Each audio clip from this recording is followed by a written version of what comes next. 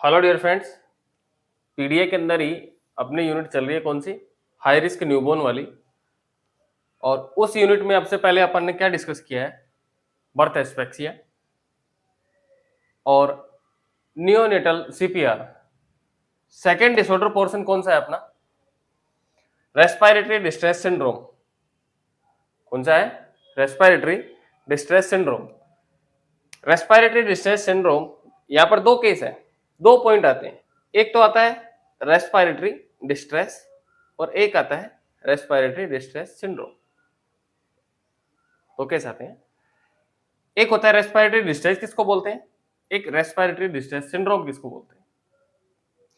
तो आप जानते हैं रेस्पिरेटरी डिस्ट्रेस किसको बोलते हैं, डिफिकल्टी इन द ब्रीथिंग, इस कंडीशन को बोलते हैं respiratory distress.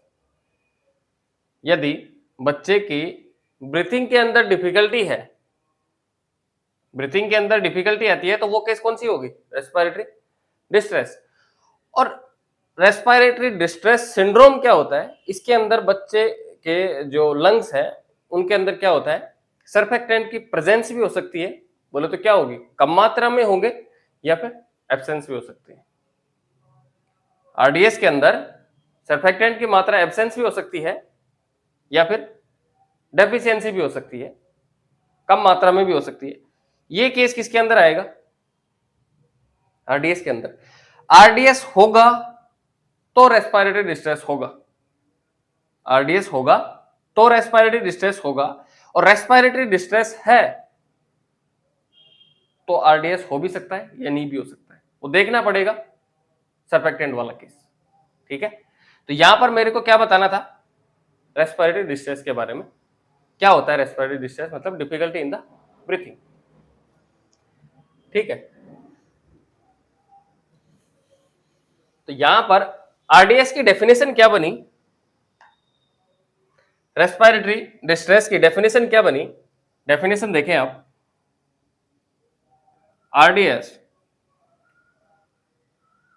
There is deficiency or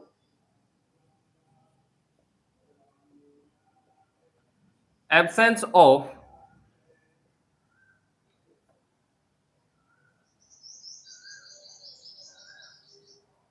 surfactant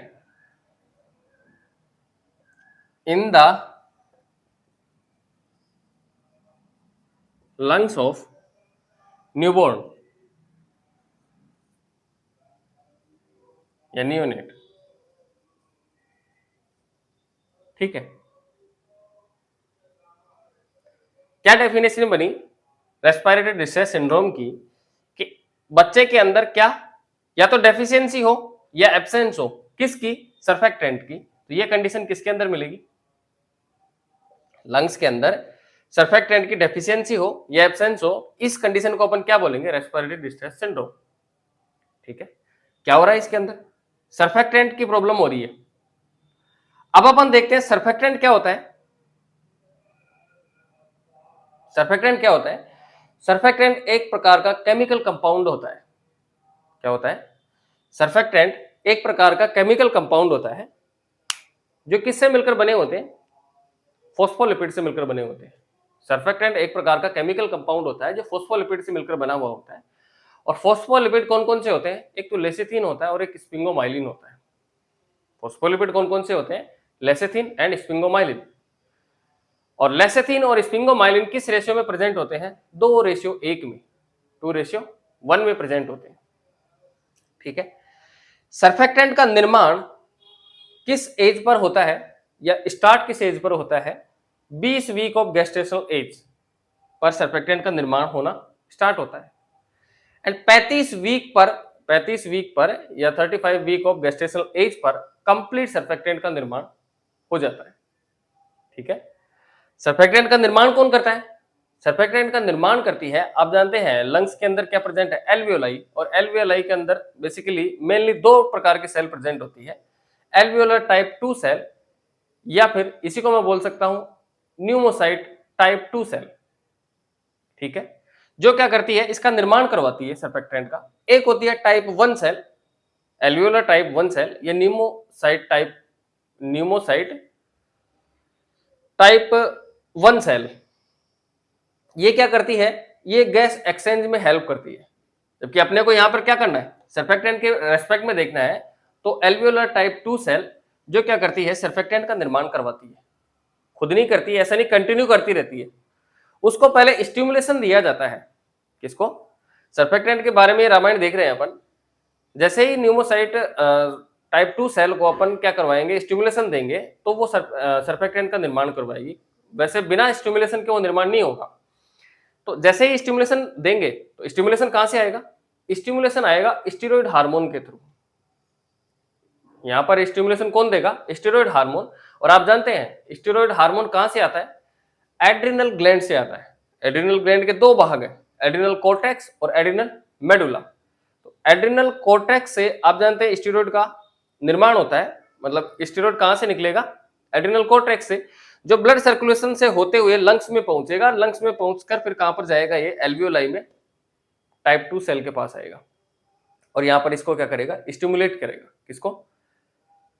cell को, टाइप 2 सेल को स्टिमुलेट करेगा। जैसे ही स्टिमुलेट करेगा, तो वो सेल क्या करेगी? सर्फेक्टेंट का निर्माण करेगी। किसका निर्माण करेगी? सर्फेक्टेंट का निर्माण करेगी। ये रामायण थी सर्फेक्टेंट के बारे में। आरडीएस की डेफिनेशन क्या हुई? अब अपन देखते हैं सर्फेक्टेंट की जो रामायण अपन ने अभी समझी वो क्या थी।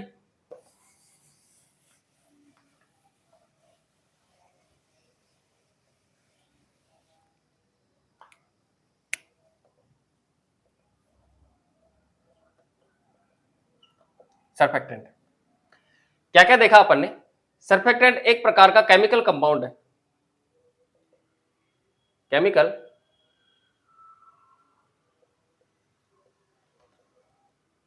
कंपाउंड है। किससे मिलकर बना हुआ होता है ये केमिकल कंपाउंड? फॉस्फोलिपिड से। किससे मिलकर बना हुआ होता है? फॉस्फोलिपिड से मिलकर बना हुआ होता है। फॉस्फोलिपिड कौन कौन से होते हैं? दो प्रकार के होते हैं, लेसिथिन एंड स्फिंगोमाइलिन। और ये किस रेशियो में होते हैं? 2:1, 2:1 के अंदर प्रेजेंट होते हैं। क्या देखा अपन ने? एक पॉइंट देखा, फर्स्ट पॉइंट देखा सर्फेक्टेंट के रेस्पेक्ट में। सर्फेक्टेंट एक प्रकार का केमिकल सबस्टेंस है या केमिकल कंपाउंड है जो किससे मिलकर बना हुआ होता है? फॉस्फोलिपिड से मिलकर बना हुआ होता है। किससे मिलकर बना हुआ होता है? फॉस्फोलिपिड से मिलकर बना हुआ होता है। और फॉस्फोलिपिड कौन कौन से होते हैं? एक तो लेसिथिन होता है और एक स्फिंगोमाइलिन होता है। ठीक है, लेसिथिन और स्फिंगोमाइलिन, इन दोनों का रेशियो क्या होता है? 2:1। लेसिथिन की मात्रा इसके कंपैरिजन में ज्यादा है और इसकी मात्रा इसके कंपैरिजन में कम है। ठीक है, रिजल्ट क्या निकला? मतलब लेसिथिन की मात्रा ज्यादा है, सर्फेक्टेंट की मात्रा कम है। तो एक पॉइंट ये क्लियर हो गया।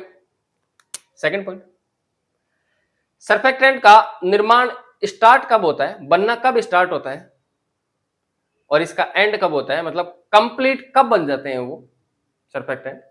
तो स्टार्ट होता है 20 वीक ऑफ गेस्टेशनल एज। ठीक है, गेस्टेशनल एज की मतलब जो 20 वीक है प्रेगनेंसी के दौरान, जो 20 वीक होंगे वहां तक, वहां पर ये स्टार्ट होंगे बनना। 20 वीक ऑफ गेस्टेशनल एज पर सर्फेक्टेंट का निर्माण होना स्टार्ट होगा। एंड कब होगा या कंप्लीट निर्माण कब हो जाएगा? 35 वीक ऑफ गेस्टेशनल एज। ठीक है, सेकंड पॉइंट हो गया। थर्ड पॉइंट, अब इस सर्फेक्टेंट का निर्माण कौन सी सेल करवाती है? सेल कौन सी करवाएगी? एल्वियोलाई के अंदर होगा ये सारा। एल्वियोलाई के अंदर जब अपन रेस्पिरेटरी सिस्टम का जब एनाटॉमी देखेंगे वहां पर देखेंगे डिटेल में, लेकिन अभी इसके रेस्पेक्ट में देखना है। तो सेल कौन सी होगी? Alveolar type 2 cell.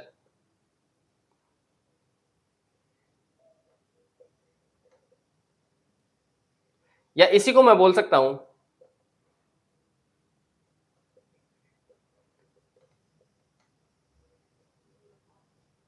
Alveolar type 2 cell या न्यूमोसाइट टाइप 2 सेल। ये सेल क्या करवाती है, जब इस सेल को स्टिमुलेशन देंगे तो ये सर्फेक्टेंट का निर्माण करवाती है। ये सेल क्या करवाती है, सर्फेक्टेंट का निर्माण करवाती है। अब एल्वियोलाई के अंदर एक प्रकार की तो ये सेल हो गई, एक प्रकार की और प्रेजेंट होती है एल्वियोलर टाइप 1 सेल, या इसी को मैं बोल सकता हूं न्यूमोसाइट टाइप 1 सेल। वो क्या करती है, वो गैस एक्सचेंज में काम करती है। ठीक है, तो यहां पर अपना कोई उसका कोई रोल है नहीं, क्योंकि अपने को सर्फेक्टेंट देखना है। तो ये है, ये सेल क्या करवाती है, सर्फेक्टेंट का निर्माण करवाती है। अब सर्फेक्टेंट का निर्माण कैसे करवाएगी ये, इस सेल को पहले क्या दिया जाता है, स्टिमुलेशन दिया जाता है। क्या दिया जाता है, स्टिमुलेशन दिया जाता है। और स्टिमुलेशन देगा कौन, स्टेरॉइड। स्टेरॉइड इस सेल को स्टिमुलेशन देगा। जैसे ही इस सेल को स्टेरॉइड स्टिमुलेशन देगा तो ये किसका निर्माण करवाएगी, सर्फेक्टेंट का। अब बात आती है स्टेरॉइड आया कहां से, एड्रिनल ग्लैंड से स्टेरॉइड आता है। मैं बोल सकता हूं एड्रिनल ग्लैंड के कौन से पार्ट से, एड्रिनल कोर्टेक्स से। ये एड्रिनल ग्लैंड है, इसके दो पार्ट है, एक तो कोर्टेक्स एक मेडुला है। कोर्टेक्स पार्ट से स्टेरॉइड का सिक्रेशन हुआ और ये ब्लड के अंदर गया। जैसे ही ब्लड के अंदर गया और ब्लड के थ्रू फिर वो कहां पर जाएगा, लंग्स के अंदर जाएगा। क्या देखा अपन ने, एड्रिनल ग्लैंड है, उसके दो पार्ट है, कोर्टेक्स और मेडुला। कोर्टेक्स से किसका निर्माण हुआ, स्टेरॉइड का। स्टेरॉइड ब्लड के अंदर जाएगा, सर्कुलेशन से होते हुए वो लंग्स के अंदर पहुंचेगा और लंग्स के अंदर फिर कहां पर जाएगा, ये सेल के पास जाएगा। कौन सी सेल के पास, टाइप 2 सेल के पास जाएगा, मतलब इसी सेल के पास जाएगा। तो मैं इसको डायरेक्ट लिख सकता हूं, स्टेरॉइड है जो स्टेरॉइड किसको स्टिमुलेट करेगा, इस सेल को, टाइप 2 सेल को, एल्वियोलर टाइप 2 या फिर न्यूमोसाइट टाइप 2 सेल को क्या करेगा, स्टिमुलेट करेगा। और स्टिमुलेट करने के बाद में क्या बनेगा, सर्फेक्टेंट का निर्माण होगा। ठीक है, क्या देखा अपन ने सर्फेक्टेंट के रेस्पेक्ट में। सर्फेक्टेंट एक प्रकार का केमिकल कंपाउंड होता है या केमिकल सबस्टेंस होता है जो किससे मिलकर बना हुआ होता है, फॉस्फोलिपिड से मिलकर बना हुआ होता है। फॉस्फोलिपिड कौन कौन से होते हैं, लेसिथिन और स्पिंगोमाइलिन। लेसिथिन और स्पिंगोमाइलिन किस रेशियो में प्रेजेंट होता है, 2:1 के अंदर प्रेजेंट होता है। नेक्स्ट, किस एज पर सर्फेक्टेंट का निर्माण होना स्टार्ट होता है, 20 वीक ऑफ गेस्टेशनल एज पर क्या होता है, इसका निर्माण होना स्टार्ट हो जाता है। एंड कब होता है या कंप्लीट कब हो जाता है, 35 वीक ऑफ गेस्टेशनल एज पर क्या हो जाता है, एंड हो जाता है सर्फेक्टेंट का, मतलब कंप्लीट निर्माण हो जाता है। नेक्स्ट, कौन सी सेल से सर्फेक्टेंट का निर्माण होता है, एल्वियोलर टाइप 2 सेल या फिर न्यूमोसाइट टाइप 2 सेल से सर्फेक्टेंट का निर्माण होता है। क्वेश्चन ये आता है कि सर ये जो सेल है टाइप 2 सेल जो कंटिन्यूअसली सर्फेक्टेंट का निर्माण करेगी या स्टिमुलेशन के थ्रू होगा, तो स्टिमुलेशन के थ्रू इसका निर्माण होगा सर्फेक्टेंट का। तो इसको स्टिमुलेशन कौन देगा, स्टेरॉइड हार्मोन क्या करेगा, स्टिमुलेशन देगा। स्टेरॉइड हार्मोन कहां से आया, एड्रिनल ग्लैंड होती है, उसके दो पार्ट है, कोर्टेक्स और मेडुला। कोर्टेक्स से स्टेरॉइड हार्मोन का सिक्रेशन हुआ और वो कोर्टेक्स कहां पर गई, ब्लड में, ब्लड के थ्रू होते हुए या फिर मैं बोल सकता हूं सर्कुलेशन के थ्रू होते हुए वो आई लंग्स के पास, और लंग्स के पास आई तो मतलब कहां पे गई, एल्वियोलाई के पास, और एल्वियोलाई के पास गई तो मतलब टाइप 2 सेल के पास गई। और यहां आकर स्टेरॉइड क्या काम करवाएगा, सर्फेक्टेंट का निर्माण करवाएगा। ठीक है, यहां आकर स्टेरॉइड सर्फेक्टेंट का निर्माण करवाएगा। तो सर्फेक्टेंट का रोल क्या है, क्या काम है सर्फेक्टेंट का, सर्फेक्टेंट का काम है जो सरफेस टेंशन है उसको रिड्यूस करती है, रिड्यूस द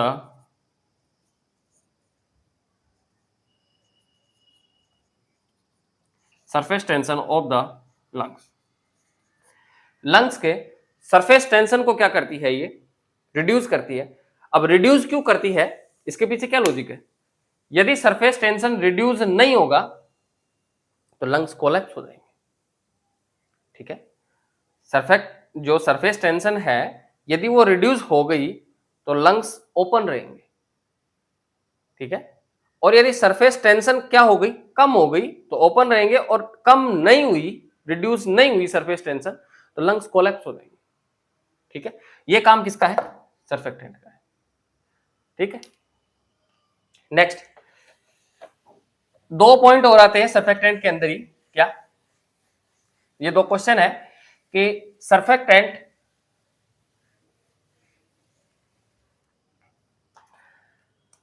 लंग्स को ओपन कौन करता है? जैसे ही बेबी की डिलीवरी हुई, डिलीवरी होने के बाद में उसके लंग्स ओपन होते हैं, तो लंग्स को ओपन कौन करता है? लंग्स को ओपन कौन करता है? जब बच्चा फर्स्ट क्राई करेगा तब क्या होंगे? लंग्स ओपन होंगे। तो मतलब लंग्स ओपन कब हुए? जब बच्चे ने फर्स्ट क्राई की तब लंग्स ओपन हुए। सेकंड पॉइंट है, लंग्स ओपन रहे इसको मेंटेन कौन करता है? लंग्स ओपन रहे इसको मेंटेन कौन करता है? वो करता है सर्फेक्टेंट। 2 पॉइंट हो गए। लंग्स को ओपन कौन करवाता है? First cry. लंग्स को ओपन रख के कौन मेंटेन करता है, या फिर ओपन रहे ये मेंटेन कौन करता है? ठीक है, या फिर मैं बोल सकता हूं लंग्स को ओपन कौन रखता है, तो वो रखेगा सर्फेक्टेंट। ठीक है, इन्हीं दोनों पॉइंटों के लिए मैं 2 लाइन और बोलता हूं। क्या? ध्यान से सुनना। यदि एक बच्चे की यदि एक डिलीवरी हुई है अभी, तो डिलीवरी के बाद में बच्चे ने फर्स्ट क्राई, फर्स्ट पॉइंट है डिलीवरी के तुरंत बाद बच्चे ने फर्स्ट क्राई कर दिया। जैसे ही बच्चे ने फर्स्ट क्राई किया तो उसके लंग्स क्या हुए? ओपन हो गए। डिलीवरी हुई, बच्चे ने क्राई किया, लंग्स ओपन हो गए। अब उस बच्चे के अंदर सर्फेक्टेंट है जो नॉर्मल मात्रा में प्रेजेंट है, तो क्या उसके लंग्स ओपन रहेंगे या कोलैप्स होना स्टार्ट कर देंगे? तो उसके लंग्स क्या रहेंगे? ओपन रहेंगे, क्योंकि सर्फेक्टेंट उसके अंदर प्रेजेंट है। दूसरा पॉइंट, अभी डिलीवरी हुई है तो डिलीवरी के तुरंत बाद न्यूबॉर्न ने क्राई करना स्टार्ट कर दिया, मतलब लंग्स ओपन हो गए। अब इस केस के अंदर क्या है कि सर्फेक्टेंट की मात्रा कम है या एब्सेंस है? दोनों भी हो सकती है, या तो कम है या एब्सेंस है। तो मैं लेता हूं यहां पे कम है। इस केस में सर्फेक्टेंट की मात्रा कम है, तो सर्फेक्टेंट की मात्रा कम है, लंग्स तो पहले ओपन हो चुके, तो क्या लंग्स ओपन रहेंगे? नहीं, वो धीरे धीरे लंग्स क्या होंगे? कोलैप्स होना स्टार्ट हो जाएंगे, क्योंकि वहां पर सर्फेक्टेंट की डेफिशिएंसी है, सरफेस टेंशन रिड्यूस नहीं होगा, तो लंग्स कोलैप्स होना धीरे धीरे स्टार्ट हो जाएंगे। ठीक, तो ये सारा था सर्फेक्टेंट के बारे में। आरडीएस के अंदर क्या देखा? आरडीएस की डेफिनेशन, और उसके बाद में सर्फेक्टेंट के बारे में, क्योंकि सर्फेक्टेंट से क्वेश्चन आते हैं। ठीक है, नेक्स्ट आरडीएस के अंदर नेक्स्ट पॉइंट है रिस्क फैक्टर।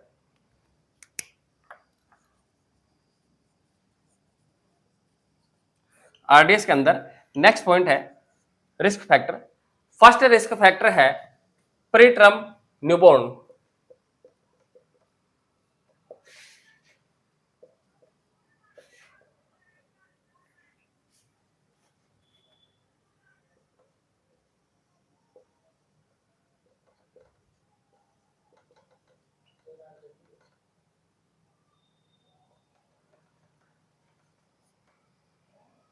ठीक है, फर्स्ट पॉइंट है pre term newborn. Risk factor का मतलब क्या है? रिस्क फैक्टर को एग्जांपल के थ्रू में बताऊं, जैसे कि यदि कोई आदमी या कोई व्यक्ति तंबाकू खाता है तो उसके अंदर पॉसिबिलिटी है कि उसको कैंसर हो सकता है। यदि कोई आदमी तंबाकू खाता है तो उसके अंदर भविष्य के अंदर कैंसर होने की संभावना है, तो मतलब तंबाकू खाना एक रिस्क फैक्टर हो गया ना। ऐसे ही रिस्क फैक्टर मतलब भविष्य में लीड कर रहा है इस डिजीज को या डिसऑर्डर को। ठीक है, तो रिस्क फैक्टर क्या हुआ? Pre term newborn. यदि बच्चे की डिलीवरी 37 वीक से पहले हुई है, उसको अपन क्या बोलेंगे? प्री टर्म बोलेंगे। तो प्री टर्म बेबी के अंदर रिस्क फैक्टर है या रिस्क है किसका? आरडीएस होने का। प्री टर्म बेबी है तो उसके अंदर रेस्पिरेटरी डिस्ट्रेस होने की पॉसिबिलिटी है। इसके अंदर भी एक पॉइंट हो रहा था, क्या सभी प्री टर्म बेबी के अंदर रेस्पिरेटरी डिस्ट्रेस होने की पॉसिबिलिटी है? तो नहीं, क्योंकि 37 वीक से पहले डिलीवरी हुई है और 35 वीक पर क्या हो रहा है? कंप्लीट सर्फेक्टेंट का निर्माण हो रहा है। सर्फेक्टेंट का निर्माण कंप्लीट कहां पर हो रहा है? 35 वीक पर। और डिलीवरी कब हुई है? 37 वीक से पहले। तो क्या क्या पता बच्चे की डिलीवरी 35 वीक पर हो, मतलब सपोज बच्चे की डिलीवरी 35 वीक पर हो या 36 वीक पर हो, तो ये तो नॉर्मल हो सकते हैं। इनके अंदर तो सर्फेक्टेंट की डेफिशिएंसी नहीं हो सकती, लेकिन यदि बच्चे की डिलीवरी कौन से वीक पे हुई है, 31 पे, 32 पे, 33 या 34 ऐसे हुई है, तो उनके अंदर क्या हुआ, सर्फेक्टेंट का निर्माण अच्छे से नहीं हुआ, कंप्लीट नहीं हुआ, तो उनके अंदर रेस्पिरेटरी डिस्ट्रेस होने की पॉसिबिलिटी है। क्या देखा अपन ने रिस्क फैक्टर के अंदर, फर्स्ट पॉइंट, प्रीटर्म बेबी को रिस्क है किसका, आरडीएस होने का। प्रीटर्म बेबी है या प्रीटर्म न्यूबॉर्न है, उसको रेस्पिरेटरी डिस्ट्रेस सिंड्रोम होने की पॉसिबिलिटी है। सभी को नहीं है, कुछ को है, क्योंकि लगभग 95% बच्चे होते हैं जो बर्थ के बाद में क्या करते हैं, क्राई कर लेते हैं और नॉर्मल सर्फेक्टेंट प्रेजेंट होता है उसके अंदर। 95% तो क्या होते हैं, नॉर्मल होते हैं, 5% ही होते हैं ऐसे। ठीक, नेक्स्ट पॉइंट है newborn of diabetic mother. Newborn of diabetic mother अपन जो आरडीएस पढ़ रहे हैं उसके बाद में ये डिसऑर्डर आएगा, नेक्स्ट डिजीज आएगी अपनी ये। इसके अंदर अभी एक लाइन याद रखनी है कि जो स्टेरॉइड होता है, जो इंसुलिन का एंटागोनिस्ट होता है, ठीक है, यही लाइन याद रखनी है, बाकी अपन वहां पे एक्सप्लेन करेंगे इस लाइन को भी। ठीक है, तो ये दो रिस्क फैक्टर है आरडीएस के। नेक्स्ट अपन देखते हैं क्लिनिकल मैनिफेस्टेशन या फिर साइन एंड सिम्टम।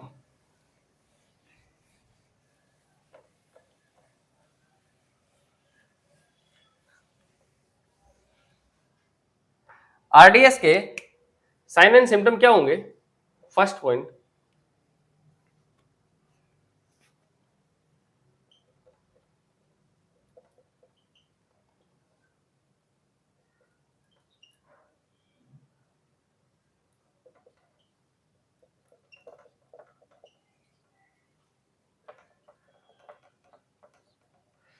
जो रेस्पिरेटरी डिस्ट्रेस सिंड्रोम है उसके साइन एंड सिम्टम में फर्स्ट है it appear, sign and symptom appear after 5 to 6 hour of birth. मतलब बच्चे के अंदर रेस्पिरेटरी डिस्ट्रेस सिंड्रोम के लक्षण 5 से 6 घंटे के बाद में, जन्म के 5 से 6 घंटे के बाद में अपीयर होते हैं। 5 से 6 घंटे के बाद में क्यों अपीयर हुए, ऐसा इसीलिए हुआ, सपोज ये एक लंग्स है,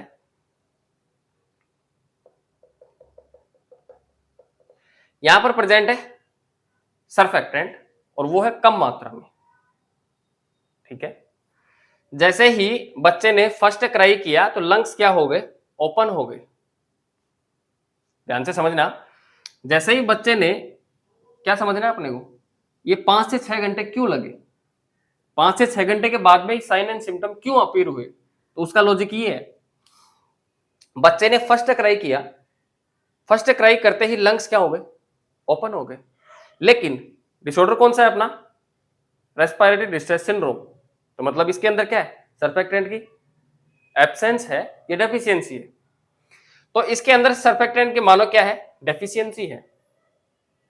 सर्फेक्टेंट की डेफिशिएंसी हुई तो सरफेस टेंशन रिड्यूस नहीं होगा या कम मात्रा में होगा, कम मात्रा में होगा तो लंग्स क्या हो गए, धीरे धीरे कोलैप्स होना स्टार्ट होंगे, धीरे धीरे लंग्स क्या हो गए, कोलैप्स होना स्टार्ट होंगे। ऐसा नहीं है कि वो सडन कोलैप्स हो जाएंगे, बच्चे ने फर्स्ट क्राई किया, लंग्स ओपन हुए, सडन कोलैप्स हुए, ऐसा नहीं होगा, क्योंकि कुछ मात्रा में सर्फेक्टेंट प्रेजेंट है तो वो धीरे धीरे करके लंग्स क्या होंगे, कोलैप्स होंगे। तो उसको टाइम लगेगा कितना, 5 से 6 घंटे का। ठीक है, और जैसे जैसे लंग्स कोलैप्स होंगे तो बच्चे के अंदर रेस्पिरेटरी प्रॉब्लम आएगी। तो मैं कह सकता हूं यहां पर बच्चे के अंदर रेस्पिरेटरी डिस्ट्रेस के साइन एंड सिम्टम देखने को मिलेंगे।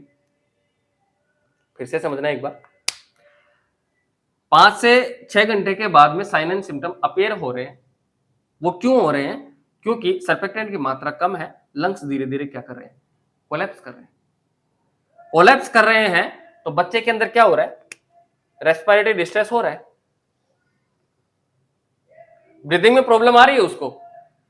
ठीक है, क्योंकि धीरे धीरे क्या कर रहा है, लंग्स कोलैप्स कर रहा है, तो रेस्पिरेटरी डिस्ट्रेस हो रहा है। तो यहां पर फीचर किसके आएंगे या फिर लक्षण किसके आएंगे, रेस्पिरेटरी डिस्ट्रेस के लक्षण आएंगे।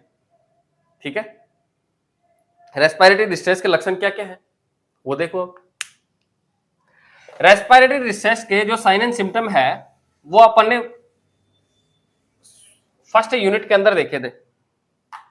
5 साइन एंड सिम्टम देखे थे, जो फर्स्ट यूनिट के अंदर भी देखे थे अपन, रेस्पिरेटरी डिस्ट्रेस के साइन एंड सिम्टम। तो यहां पर किसका देखने हैं?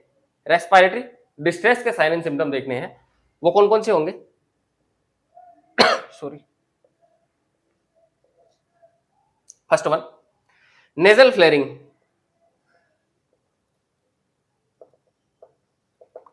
ठीक है।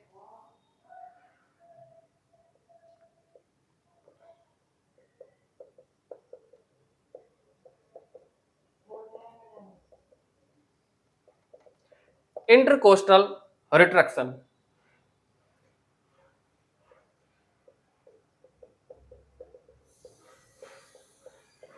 ग्रंटिंग साउंड,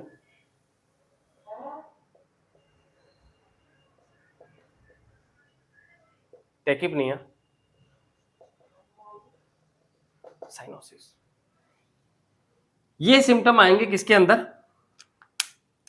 ये सिम्टम है किसके? रेस्पिरेटरी डिस्ट्रेस के, जो किसके अंदर हुए? रेस्पिरेटरी डिस्ट्रेस सिंड्रोम के अंदर। क्या क्या हुए?